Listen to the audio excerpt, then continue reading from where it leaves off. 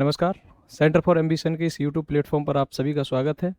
आज हम लोग यूपीपीसीएस 2026 का जो एग्ज़ाम 6 दिसंबर को होने वाला है उसकी एक डिटेल्ड स्ट्रेटेजी डिस्कस करेंगे। और हमारा इंट्रोडक्शन ये है कि हमने 7 बार प्रीलिम क्वालिफाई किया है और 3 बार हमने इंटरव्यू फेस किया है। तो मुझे लगता है हम आप लोगों को बेहतर स्ट्रेटेजी बता सकते हैं जिससे कि आप कम समय में अपनी अच्छी तैयारी के साथ 2026 का यूपीपीसीएस क्वालिफाई कर सकें। तो जैसा कि आप थंबनेल पर देख पा रहे होंगे, यह स्ट्रेटेजी हम बताएंगे आपको प्री मेंस इंटरव्यू कैसे करेंगे, कहाँ से पढ़ना होता है, कौन से फोकस्ड एरिया रहते हैं जहाँ पर आपको फोकस करना है, और उसके अलावा आप क्या ऐसी स्ट्रेटेजी अपना सकते हैं अपनी तैयारी के दौरान जो बाकी लोगों से अलग हो और आपको prelim as well as mains और इंटरव्यू तक पहुँचा सके और आपका फाइनल सिलेक्शन दिला सके। शुरू करते हैं हम लोग आपका आज का डिस्कशन। तो सबसे पहले हम लोग देखेंगे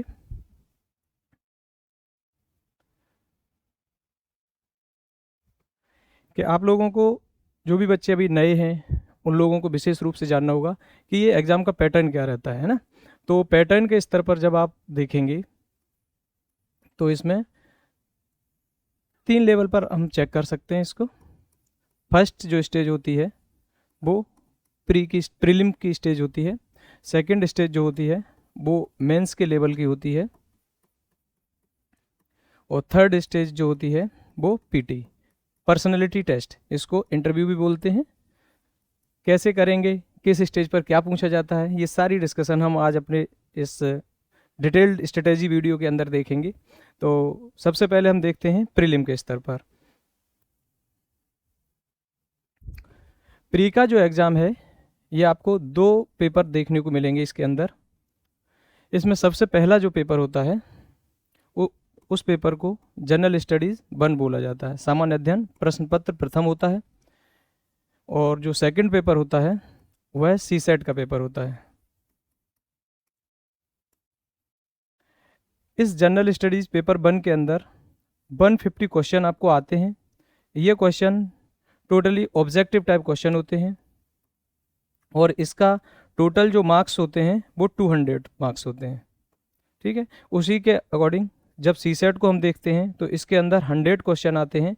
यूपीएससी में 80 क्वेश्चन आते हैं, यहाँ पर 100 क्वेश्चन आते हैं और यह भी टोटल 200 मार्क्स का होता है। डिफरेंस क्या है कि आपका जो कट ऑफ बनेगा वो आपके इन 150 क्वेश्चन से बनेगा। और ये वाला जो पेपर है पेपर 2 यानी जिसे कि सीसेट बोलते हैं, इसको आपको केवल क्वालिफाई करना है। क्वालिफाइंग कैसे करेंगे आप, यहाँ पर आपको 33% मार्क्स लेके आने हैं। मोटा माटी आप समझ सकते हैं कि इसमें जब 100 क्वेश्चन आ रहे हैं तो आपको 33 क्वेश्चन इसमें सही कर देने हैं। उसके बाद आप प्रीलिम के लिए सीसेट क्वालिफाई कर जाएंगे।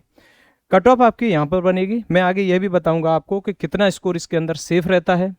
और पिछले जो बैक ईयर के कट ऑफ्स हैं उसमें आप देख पाएंगे कि कितने क्वेश्चन करने वाले बच्चे सेफली पीटी क्वालिफाई कर गए। ठीक है, एक बात आपको यहाँ दोनों पेपर के अंदर ध्यान रखना होगा कि यहाँ पर माइनस मार्किंग रहती है ना। माइनस मार्किंग दोनों पेपर के अंदर है, सीसेट के अंदर भी है और जीएस के अंदर भी है। 2023 का पेपर अभी हुआ हाल में, उसके अंदर सीसेट का पेपर थोड़ा सा चेंज था। तो हम देखते हैं हमारे साथ के ही कई फ्रेंड्स हैं जिनका जीएस का क्वेश्चन जो थे वो 110 प्लस क्वेश्चन जीएस में सही किए थे और उसके बावजूद भी वो पीटी क्वालिफाई नहीं कर पाए। उसका जो मेन रीज़न था कि वो लोग सीसेट में क्वालिफाई ही नहीं कर पाए। क्वालिफाई क्यों नहीं कर पाए, थोड़ा सा पैटर्न चेंज था, नेगेटिव मार्किंग, और दोनों की वजह से उन लोगों का पेपर क्वालिफाई नहीं हो पाया। तो ये तो रहा हमारा प्रीलिम के लेवल का एग्ज़ाम का पैटर्न। ठीक है, अब इसमें कैसे पढ़ना है, क्या पढ़ना है, हम आगे इसका डिस्कशन करेंगे। तो मुझे लग रहा है इतना आपको समझ में आ गया होगा। हम आगे बढ़ते हैं और इसके अंदर देखेंगे। पहले हम प्री के लेवल पर ही बात कर रहे हैं, तैयारी कैसे करना है ये बात हम बाद में कर लेंगे। प्री में जब हम वो बोल रहे हैं आपसे कि जीएस का एक फर्स्ट पेपर है जिसको हमने सामान्य अध्ययन बोला या जनरल स्टडीज़ 1 बोल सकते हैं। 150 क्वेश्चन आते हैं, 200 मार्क्स में ये कैलकुलेट होता है। अब इसके जो टॉपिक हैं ये 7 टॉपिक हैं। फर्स्ट इसमें ये करंट अफेयर है, नेशनल और इंटरनेशनल करंट अफेयर। ये हाई यील्डिंग टॉपिक है इस पूरी प्रीलिम लेवल का, हाई यील्डिंग एरिया कह सकते हो इसको। और ये जो सेकंड वाला है इसमें आपको हिस्ट्री आती है। इस हिस्ट्री के अंदर 3 पार्ट में आप डिवाइड कर सकते हो। इसमें आप प्राचीन भारत इसके अंदर, और मिडिवल हिस्ट्री, इसमें एंशिएंट, मिडिवल और मॉडर्न, ये 3 पार्ट में डिवाइड कर सकते हो। 3rd नंबर में जो आता है इसके अंदर ज्योग्राफी आती है इंडिया की और वर्ल्ड की, और 4 नंबर है इसके अंदर पॉलिटी और गवर्नेंस, और 5th नंबर का है इसमें सोशियो इकोनॉमिक डेवलपमेंट पूछा जाता है, और ये 6 नंबर में आप एनवायरनमेंट, और 7 नंबर में आपको देख लेंगे जनरल साइंस। अब यहाँ पर क्या होता है, सिलेबस तो सबके सामने है, स्ट्रेटेजी की ज़रूरत क्यों है? ज़रूरत इसलिए है कि यदि आपने पेपर का एनालिसिस कभी किया होगा या आपको किसी ने गाइड किया होगा तो आपको पता रहेगा कि हमको किन एरियाज पर फोकस करना चाहिए। यानी कि हम ये कह सकते हैं कि इस पूरे 7 टॉपिक के अंदर फोकस्ड एरिया कौन से हैं जहाँ पर आप ज़्यादा कम इनपुट लगाकर मैक्सिमम आउटपुट निकाल सकते हैं। तो पहले आप देखेंगे, जैसे मैंने यहाँ पर लिखा कि हाई यील्डिंग एरिया, ये क्यों लिखा? इसका मतलब है यहाँ से ऑन एन एवरेज आप देखेंगे तो 30 क्वेश्चन, 25 से 30 क्वेश्चन हर साल आते रहते हैं, ये क्वेश्चन हर बार आते हैं। और ये हाई यील्डिंग इसलिए है, यदि आप सामान्य तरीके से भी करंट के टॉपिक पढ़ते रहते हैं, करंट अफेयर की तैयारी करते रहते हैं, तो उसके बाद भी आप इस वाले सेगमेंट को कंप्लीट कर सकते हैं बहुत ज़्यादा एफर्ट लगाए बिना भी। तो ये एक हाई यील्डिंग एरिया है जहाँ पर आपको फोकस करना है। दूसरा ये हिस्ट्री का आता है, तो हिस्ट्री में देखो 3 पार्ट हैं। अब 3 पार्ट में मैं आपसे ये कहूँगा कि यहाँ पर आप बहुत ज़्यादा एफर्ट लगा सकते हो। क्वेश्चन यहाँ से टोटल आप देखेंगे तो 20 से प्लस ही क्वेश्चन आते हैं, लेकिन ज़्यादा क्वेश्चन कहाँ से आते हैं? मॉडर्न हिस्ट्री से आते हैं। मॉडर्न में जैसे नेशनल मूवमेंट इसमें इंक्लूड ही है सिलेबस में, तो मॉडर्न हिस्ट्री में आप जब फोकस करेंगे तो यहाँ से आप ज़्यादा से ज़्यादा क्वेश्चन सही कर लेंगे। एंशिएंट का और मिडिवल का, इसके कुछ सेलेक्टेड टॉपिक हैं और इसके कुछ सेलेक्टेड टॉपिक हैं जिन्हें आप जब करेंगे तो उसके बाद पता चलेगा कि इन एरियाज में आप ज़्यादा अगर एंटर करेंगे, या मैं ये कहूँ कि मान लो एंशिएंट को लेके, मिडिवल को लेके आपने बहुत ज़्यादा समय लगाया, तो आप ये वाला टॉपिक कमज़ोर कर लेंगे। लेकिन जब आप प्रीलिम के स्तर पर देखेंगे तो क्वेश्चन यहीं से ज़्यादा बनते हैं। तो ये प्री निकालने की एक स्ट्रेटेजी जब आप देखेंगे हिस्ट्री के अंदर, तो आप मॉडर्न पर सबसे ज़्यादा फोकस कर सकते हो। इनमें ये कौन से टॉपिक आपको ज़्यादा वैल्यूएबल हैं, इनकी आपको डिटेल्ड जो स्ट्रेटेजी है वो आपको लास्ट का जब हम सेगमेंट मेंस वाला बता रहे होंगे तब हम आपको ज़रूर से बताएंगे। तो ये एक हो गया। इसके बाद आप ज्योग्राफी के अंदर जब देखेंगे तो यहाँ इंडिया और वर्ल्ड दोनों की आती है, लेकिन इंडियन ज्योग्राफी पर आपको ज़्यादा फोकस करना है। उसके बाद मैपिंग, अगर आपने मैपिंग करी है अच्छे से तो आप ये मान के चलिए कि आप ज्योग्राफी के आए हुए 20 से 25 क्वेश्चन में से आप ईजिली 18 क्वेश्चन तक सही कर लेंगे। तो ये आपको एक देखना है। अब मैपिंग के स्तर पर आप देखते हैं, जैसे अभी मैं आपसे अगर पूछ लूँ कि आप लोग कमेंट बॉक्स में हमें ज़रूर से बताएंगे कि जैसे अरल सागर है एक, अरल सी, अब आप बता दो कि ये किन कंट्रीज़ के बीच बॉर्डर शेयर करता है। तो इसके लिए अगर आप ट्रिक से पढ़ते हैं, निमोनिक से पढ़ते हैं, तो आप देख लेंगे कि इसके अंदर हम देखते हैं कि कजाकिस्तान, अरल सागर के अंदर कौन सी कंट्री शेयर करती हैं बॉर्डर, इस चीज़ को आप हमें कमेंट सेक्शन में बताएंगे तो पता चल जाएगा कि आप लोग मैपिंग की तैयारी किस तरीके से कर रहे हैं। और जब हम लोग यहाँ पर आपको बताएंगे तो हम लोग आपको ट्रिक के माध्यम से और जो याद करने की जो पैटर्न रहते हैं उनको आपको बताएंगे ताकि आप इजीली मैपिंग के सारे सेगमेंट कर सकें। जैसे ब्लैक सी के बॉर्डर कंट्रीज़ कौन से हैं, अरल सागर के बॉर्डर कंट्रीज़ कौन से हैं, मेडिटेरियन सी के बॉर्डर कंट्रीज़ कौन से, ये सारी बातें आपको यहाँ से पता चल जाएंगी। उसके बाद आपको आता है ये सोशियो इकोनॉमिक डेवलपमेंट। इसके अंदर आप ज़्यादा फोकस कहाँ पर करेंगे? जो करंट अफेयर रहता है, इकोनॉमी का जो करंट अफेयर ईयरली रहा है, जिसमें बजट, सर्वे और स्कीम्स, वो क्वेश्चन यहाँ से आते हैं। अगर आपने वहाँ पर फोकस किया हुआ है तो आप ये सोशियो इकोनॉमिक वाला पूरा सेगमेंट कंप्लीट कर सकते हो। इसके अलावा एनवायरनमेंट और इकोलॉजी, ये बहुत ही सिंपल पूछा जाता है, यूपीएससी के स्तर का नहीं आता है, यहाँ पर बहुत ही सिंपल आता है। यदि आपने पीवाईक्यू को ढंग से किया हुआ है विद एनालिसिस, पीवाईक्यू को उसके साथ जो 4 ऑप्शन दिए हुए, उन चारों ऑप्शन पर अगर आपकी कमांड है तो आप इन्वायरमेंट इकोलॉजी के क्वेश्चन बहुत ईजिली कर सकते हैं। लास्ट सेगमेंट इसके अंदर है जनरल साइंस।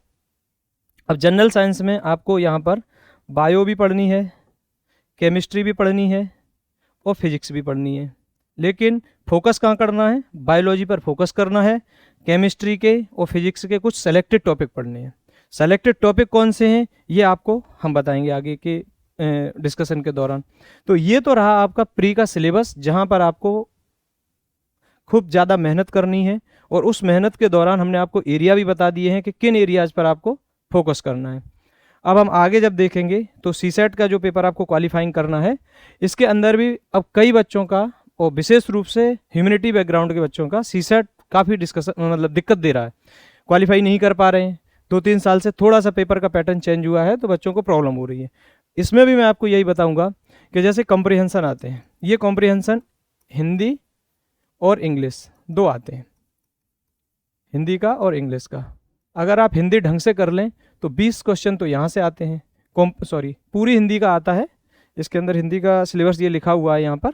ये कॉम्प्रिहेंशन यहाँ आता है, इसको हिंदी का कॉम्प्रिहेंशन और ये जनरल हिंदी मिला के हमने आपको बताया है कि 20 क्वेश्चन आते हैं। इसके अलावा इंग्लिश का आता है, तो इंग्लिश में भी ये जनरल इंग्लिश और ये इंग्लिश, इसको मिला के कभी 15 और कभी 20 ये क्वेश्चन आपको सीसेट के अंदर देखने को मिलते हैं। अब आप देखेंगे ये कम्युनिकेशन स्किल का है। इसके अंदर आपको क्या करना है, बहुत मोटी ना तो कोई किताब पढ़नी है, ना ही आपको कोई ऐसा भारी भरकम नोट्स पढ़ना है। इसके लिए आप PYQ पर फोकस कर लीजिए। अगर आपने PYQ खूब अच्छे ढंग से एनालिसिस के साथ कर लिए तो आप ये मान के चलिए कि आप यहाँ से आए हुए, और ये बड़ा सेगमेंट है इसके अंदर, तो इस सेगमेंट से काफ़ी 30 क्वेश्चन कभी 25 क्वेश्चन ये आते रहते हैं। तो PYQ अगर आपने करे होंगे तो आराम से 20 क्वेश्चन आप कर ले जाएंगे। इसके अलावा जैसे ये लॉजिकल रीजनिंग है, डिसीजन मेकिंग, प्रॉब्लम सॉल्विंग और जनरल इंटेलिजेंस, ये रीजनिंग का पार्ट है। रीजनिंग को आप बिल्कुल सामान्य स्तर की जो रीजनिंग है, ना तो SSC की स्तर की, ना बैंक के स्तर की, बहुत सामान्य स्तर की जो रीजनिंग है उसे आप सॉल्व करिए। और मैं पूरे सीसेट को लेवल पर कहूँगा कि आप यदि PYQ में जितने भी, जब से सीसेट UPPCS के अंदर आया है वहाँ से लेकर 2025 तक के प्रीलिम पेपर हो चुके हैं, अगर आप उन पूरे प्रीलिम के पेपर के PYQ को करते हैं टॉपिक वाइज, तो आप ये मान के चलिए कि आपका सीसेट ईजिली क्वालिफाई हो जाएगा। उसी तरीके से जो मैथ आता है, सामान्य स्तर का मैथ आता है, इसीलिए उसमें लिखा रहता है 10th up to 10th। Actual में वो अप टू 10th ही आता है, लेकिन हम लोग की प्रॉब्लम क्या रहती है कि हम लोग कभी बुक, स्टैंडर्ड बुक्स पढ़ते ही नहीं है। सामान्यतया नोट्स मार्केट में घूम रहे, वही 5 पन्ने 4 पन्ने की स्ट्रेटेजी वीडियो, और उसी पे फोकस रहते हैं। तो हम अगर क्लास 10th की स्टैंडर्ड बुक पढ़ेंगे तो हम मैथ भी कर लेंगे, इंग्लिश, हिंदी, सारे पैटर्न को, इसको सिलेबस को कवर कर सकते हैं ईजिली। इसके साथ ये तो रही हमारी प्रीलिम के स्तर पर।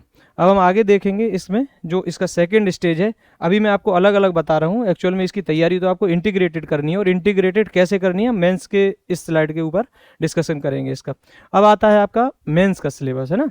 तो मेंस के यहाँ पर आप देखेंगे तो यूपी में इसमें 8 पेपर यहाँ पर होते हैं, टोटल पेपर हैं 8, और टोटल अगर मार्क्स देखेंगे तो 1500 मार्क्स का पेपर आता है। इसमें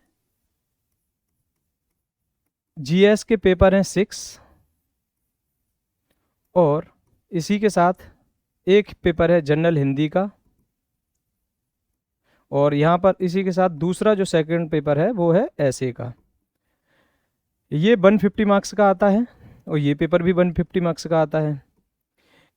ये जो 150 मार्क्स हैं और ये 150 मार्क्स हैं, ये आप एक तरीके से ऐसे समझ लीजिए पूरी तैयारी मेंस के पूरे पेपरों में ये सबसे ज़्यादा लो हैंगिंग फूड है आपके लिए।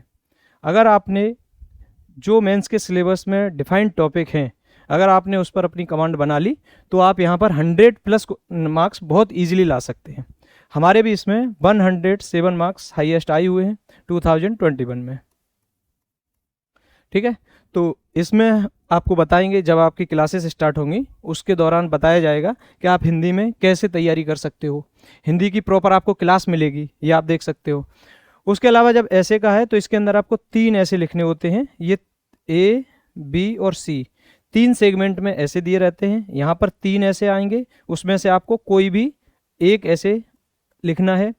B सेगमेंट से 3 ऐसे लिखे होंगे, उनमें से कोई भी एक लिखना है, ये यहाँ पर ऑप्शन रहते हैं। और C सेगमेंट में से भी 3 ऐसे दिए रहेंगे पेपर में, और आपको एक ऐसे लिखना है। तो कुल मिलाकर आपको 3 ऐसे लिखने हैं, और ईच ऐसे 700 वर्ड्स का रहेगा।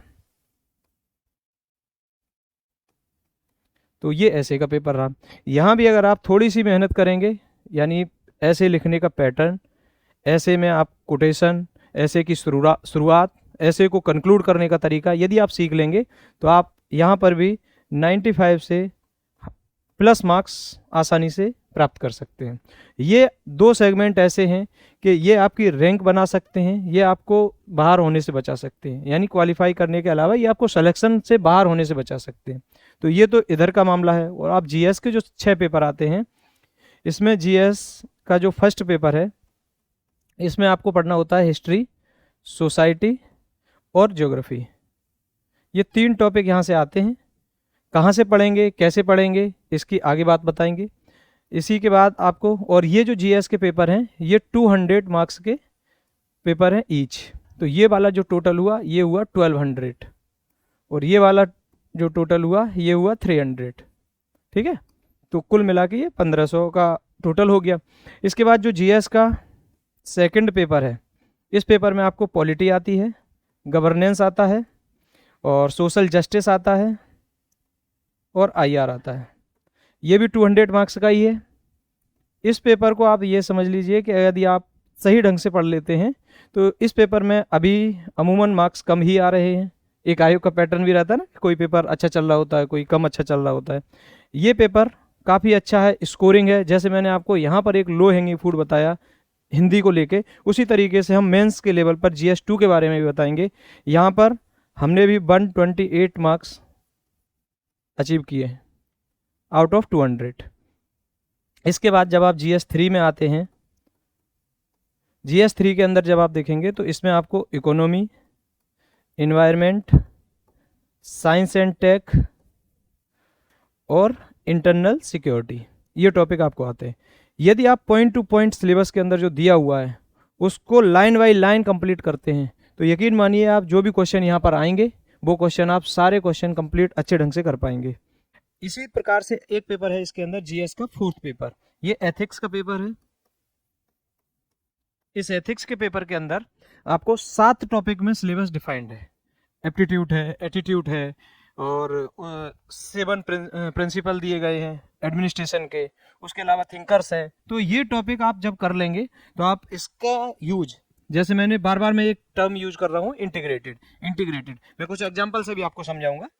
तो ये एथिक्स में जो आप पढ़ेंगे इसका इंटीग्रेटेड बेस्ट यूटिलाइजेशन आप अपने ऐसे के पेपर के अंदर कर सकते हैं। जब आप यहाँ का जो कंटेंट है या यहाँ से जो आपने लर्न किया है उसको आप ऐसे के अंदर ले जाएंगे, ऐसे में जो लर्न किया है उसे आप एथिक्स के अंदर लाएंगे, तो आपके मार्क्स बूस्ट होंगे। बाकी लोगों से आपका कंपेरेटिवली जो आंसर बुकलेट होगी वो काफ़ी इफेक्टिव दिखेगी, है ना। तो ये आप एक तरीका अपना सकते हैं। तो हमने आपको यहाँ तक बताया, और उसके अलावा जो मैंने आपको बताया था कि जो पेपर है, एक सेकेंड, ये 2023 से यूपीपीसीएस के अंदर 2 नए पेपर ऐड किए गए, ऑप्शनल हटाया गया। तो उसके साथ आए GS 5 पेपर और GS का 6 पेपर। अब 5 पेपर के अंदर हिस्ट्री आती है, सोसाइटी आती है, कल्चर आता है और पॉलिटी आती है, लेकिन ये यूपी स्पेसिफिक आती है। ये सिलेबस में आप देखेंगे कुछ पेपर आपने GS 1 में पढ़ा हुआ है, कुछ टॉपिक आपने GS 2 के अंदर पढ़े हुए हैं। इंटीग्रेटेड, जैसे मैंने आपसे बोला कि आपको इंटीग्रेटेड अप्रोच रखनी है।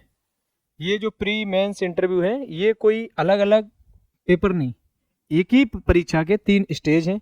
आपको क्या करना है, इंटीग्रेटेड रहना है। कैसे रहेंगे, जैसे अभी आपने मान लो GS2 के अंदर पॉलिटी पढ़ा है, तो GS2 की पॉलिटी को आप यूपी स्पेसिफिक बनाइए, यूपी से रिलेटेड, जैसे CM, गवर्नर, कॉन्स्टिट्यूशनल इंस्टीट्यूट जो है, आप हमें कमेंट सेक्शन में बता सकते हो कि उत्तर प्रदेश में कॉन्स्टिट्यूशनल इंस्टीट्यूट कौन से हैं, नॉन कॉन्स्टिट्यूशनल कौन से हैं, इनके बारे में भी आप बता सकते हो। उसी प्रकार से आपने हिस्ट्री फर्स्ट पेपर में पढ़ा, सोसाइटी फर्स्ट पेपर में पढ़ा, कल्चर फर्स्ट पेपर में पढ़ा, GS के 1 में, यहाँ पर आप यूपी स्पेसिफिक कर लीजिए, आपकी GS 5 की तैयारी हो जाएगी। जैसे मैंने आपको एक पेपर बताया है जनरल हिंदी का, लो हैंगिंग फ्रूट बोला, उसी प्रकार से मैंने एक आपको GS के 2 पेपर पे फोकस करने को कहा, GS 3 पेपर। उसके बाद अगर आप बहुत अच्छे से फोकस करके और अच्छे मार्क्स ला सकते हैं तो वो एक पेपर आपको होता है GS का 5th पेपर। जब पहली बार इंट्रोड्यूस हुआ 2023 में तो हमारे GS 5 के अंदर 106 मार्क्स आए ना। उसके बाद ये आपको मैंने बताया GS का 6 पेपर। तो GS के 6 पेपर में आप देखेंगे ये इकोनॉमी है, इन्वायरमेंट है, और साइंस एंड टेक है, और ज्योग्राफी है। तो ये आपको करना है। अब ये टॉपिक भी आप देखेंगे तो ये 3 टॉपिक आपने पेपर 3 के अंदर कर लिए, जनरल स्टडीज पेपर 3 के अंदर, और ये वाला टॉपिक आपने जनरल स्टडीज 1 के अंदर किया। लेकिन यहाँ पर आपको क्या हो जाना है, यूपी का स्पेसिफिक हो जाना है, यूपी स्पेसिफिक आपको ये टॉपिक कवर करने हैं। ये भी बहुत अच्छा और अच्छे मार्क्स लाने वाला पेपर है। 2023 में बहुत उठापटक वाला पेपर रहा, कई बच्चों के इसमें 45 तक, इवन 39 तक मार्क्स आए। तो हमने इस वाले पेपर में 88 मार्क्स अचीव किए थे। ये हमारा स्कोर जो पहली बार 2023 में जब आया था, तो GS 5 और GS 6। जब आपको इसके बारे में बताया जाएगा कि पढ़ना कैसे है, कहाँ से पढ़ना है। जैसे बोला जाता है ना कि कोई ये पेपर की जो तैयारी है UPPCS की, इसमें कोचिंग की ज़रूरत है या नहीं है, तो कोचिंग की ज़रूरत आपको ये स्ट्रेटेजी बता दी गई। लेकिन जब आपको ये पता करना है कौन सा टॉपिक कहाँ से पढ़ना है, किस बुक को हमको यूज करना है, तो वहाँ थोड़ी सी कोचिंग की हेल्प लगती है ना। इसके बारे में भी हम आपसे आगे डिस्कशन करेंगे। तो ये हमारा यहाँ तक 6 पेपर के साथ टोटल जो हमने आपको बताया था कि 1500 का कुल टोटल हुआ।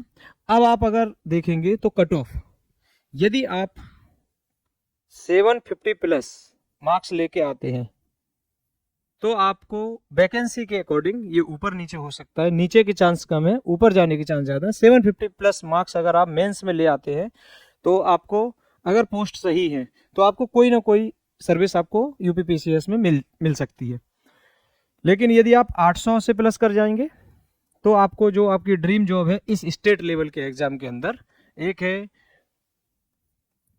डिप्टी कलेक्टर और एक है DYSP, इन पे ही फोकस रहता है अधिकांश बच्चों का। तो इसके लिए आपको लगभग 800 प्लस मार्क्स लाने हैं। स्ट्रेटेजी हमने बता दी है। फोकस्ड एरिया कौन से पेपर पे आप फोकस कर सकते हो, GS के 6 पेपर के अंदर, हिंदी और ऐसे के अंदर कहाँ आपको फोकस करना है, हाँ कैसे करना है, इसके लिए थोड़ा सा आपको साथ में रहना पड़ेगा। तब आप साथ रहेंगे तो आप इन चीज़ों को और ज़्यादा बेहतर ढंग से कर पाएंगे। तो ये आपके रही कि पैटर्न क्या है, एग्जाम में आपसे पूछा क्या जाता है, कहाँ से क्वेश्चन आ रहे हैं, ये चीज़ें तो यहाँ पर आप समझ गए होंगे। इसके बाद जो आपको देखना है, अब मेन जो क्वेश्चन है कि पूरी कहानी सुन ली, कहानी में बता दिया गया कि ये आएगा, यहाँ से सिलेबस आता है, ये टॉपिक है, लेकिन आप करेंगे कैसे, इस चीज़ का एक जो बेस्ट तरीका है वो आप ऐसे यूज कर सकते हैं कि कोई भी सब्जेक्ट है, जैसे मान लीजिए आप यहाँ पर किसी सब्जेक्ट को कंप्लीट कर रहे हैं, जैसे हिस्ट्री को कर रहे हैं या पॉलिटी को कर रहे हैं, इसकी एक स्टैंडर्ड बुक, मैं क्यों बोल रहा हूँ एक स्टैंडर्ड बुक, एक बुक लेनी है और उसी को जितनी बार आप रिवाइज कर सकते हो उतनी बार रिवाइज करना है। बुक नहीं बदलनी है, बुक वही रखनी है। एक बार बेस्ट बुक परचेज कीजिए, स्टैंडर्ड बुक, और उस बुक के ऊपर फोकस करिए और उस बुक को बार बार पढ़िए। जब आप बार बार बुक पढ़ेंगे वो आपके आइडिया जनरेट करती है। जब आप बुक पढ़ते हैं तो आपके अंदर जो मेंस लिखने की कैपेबिलिटी है वो डेवलप होती है। लेकिन वहीं आप जब केवल नोट्स पर फोकस रहते हैं तो आपकी तैयारी बहुत सेलेक्टिव हो जाती है। जैसे ही क्वेश्चन थोड़ा बहुत इधर उधर आएगा, आप पेपर को अच्छे से टैकल नहीं कर पाएंगे। तो आपको एक स्टैंडर्ड बुक पर फोकस रहना है। दूसरा मैंने यहाँ पर लिखा है NCERT। NCERT में 6 से लेके 12th तक की सेलेक्टिव NCERT है, उन NCERTs पर आपको फोकस होना है। NCERT आपके बेस को मजबूत करेंगे।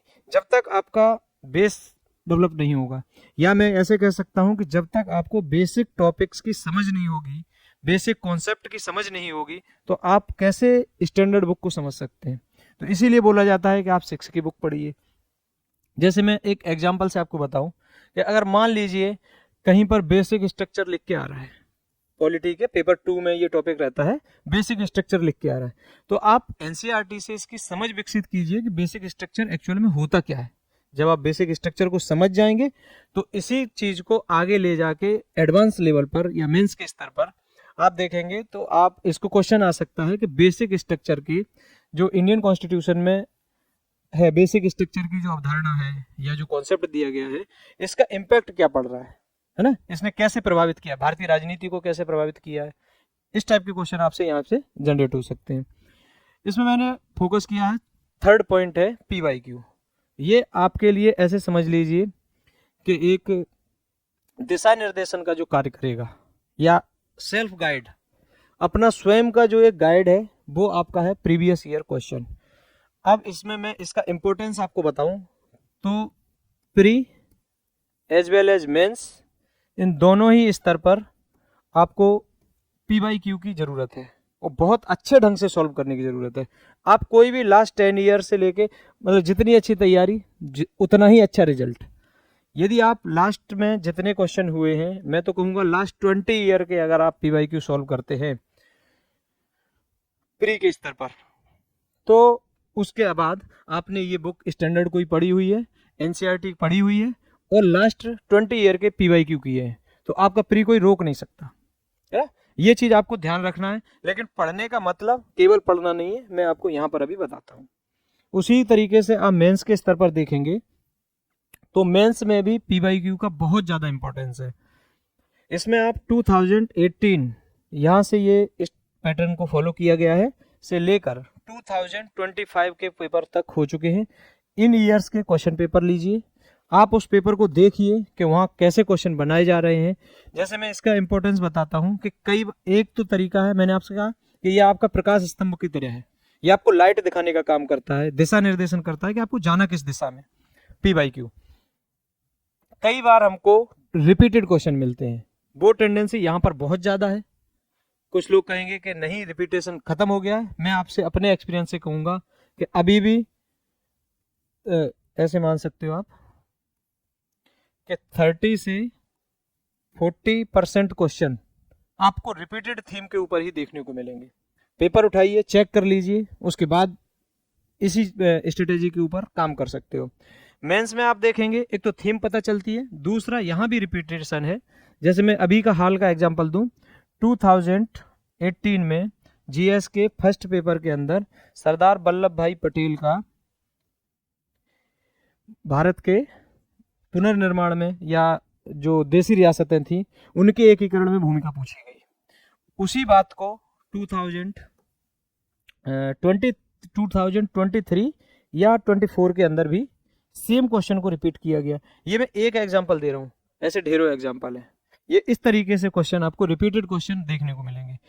पहला इसका जो बेनिफिट होगा PYQ का, वो आपको बेनिफिट मिलेगा कि आप सबसे पहले अपना दिशा निर्देशन कर सकेंगे, आपको पता होगा कि हमको कहाँ पढ़ना है, किस एरियाज को फोकस करना है। दूसरा, जब वही रिपीटेड क्वेश्चन आएगा तो आप बहुत बेहतर ढंग से बाकियों से काफ़ी अच्छा आंसर लिख के आ जाएंगे, वहाँ पर आप एज लेंगे। मैंने कहा लास्ट आपको जो ज़रूरत है वो है आपको प्रैक्टिस और रिवीजन। अब मैंने कहा प्रैक्टिस, तो ये प्रैक्टिस कहाँ से करते हैं, इसके लिए टेस्ट सीरीज लगा सकते हैं। किसकी करनी है, कैसे करनी है, ये आपके विवेक पर है किसकी करनी है। दूसरा मैंने कहा रिवीजन, तो रिवीजन का मतलब क्या होता है, हैं? सीधा सीधा ऐसा तो मतलब नहीं होता है ना कि केवल पढ़ते रहो, किताब खोली वही किताब फिर से पढ़ ली, फिर खोली वही पढ़ ली। मैंने भी आपसे अभी कहा कि एक किताब को बार बार पढ़ना है, लेकिन आपको जो रिवीजन के स्तर पर देखना है वो ऐसे करना है कि मान लीजिए आपने मान लो पॉलिटी आप पढ़ रहे हैं, ठीक है, तो पॉलिटी को पढ़ते हुए आपने कॉन्स्टिट्यूशन के बेसिक फीचर